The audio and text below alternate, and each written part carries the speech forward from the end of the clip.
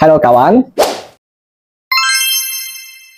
Video ini saya akan sharing macam mana guna ini vacuum pump setelah you sudah beli dan bagi korang tahu dia punya fungsi. Ini vacuum pump, dia full piece punya jenama lah, dia VP-S7. Dan sekali dia ada VP 67 87 pun ada lah. Tapi ini 10 CFM ya. Setelah beli, korang boleh tengok ini dia punya vacuum oil lah.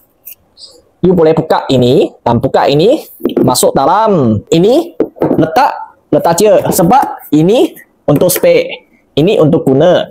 Kalau you sudah letak, you kena buka ini loh. Ini kena pusing bawah. Dia akan automatic jalan dia punya minyak lah. Kalau minyak kotor, you kena tukar lah, sebab ada bawah satu spare mah. Dan ini boleh sudah kotor mah, nanti you isi baru punya letak untuk spare loh. Macam ni tukar je. Jadi dia ini guna macam ni lah. Okey. Selain ini, korang tengok dia punya pot.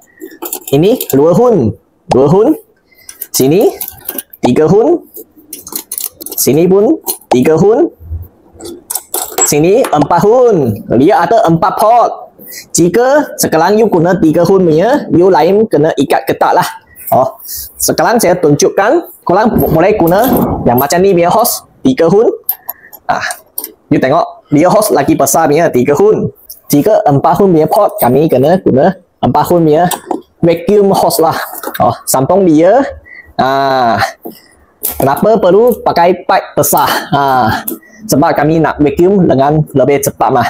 Kami pipe besar, kami boleh sambung dengan valve core remover, dan itu micron gauge. Kami boleh sambung sekali lah. Jika kami nak tahu dia punya micron ada banyak lagi ke. Jika tak ada, boleh terus sambung dengan itu manifold gauge lah. Dan jika 2 hun punya, biasalah. Ini biasa punya charging hose. 2 hun. Jika you tak ada 4 hun atau 3 hun punya, you boleh tanya kami lah. Atau you boleh guna inilah. Ini pun besar. Tengok, ini pun besar punya hose. Ini 3 hun. Saya boleh sambung sini loh. Sini boleh sambung bagi valve core remover lah. Macam ni lah. Dia 3 hun, 4 hun. Kami ada berbagai size punya charging hose dengan vacuum hose lah. Jadi jika saya sudah sambung satu, lain kena tutup loh.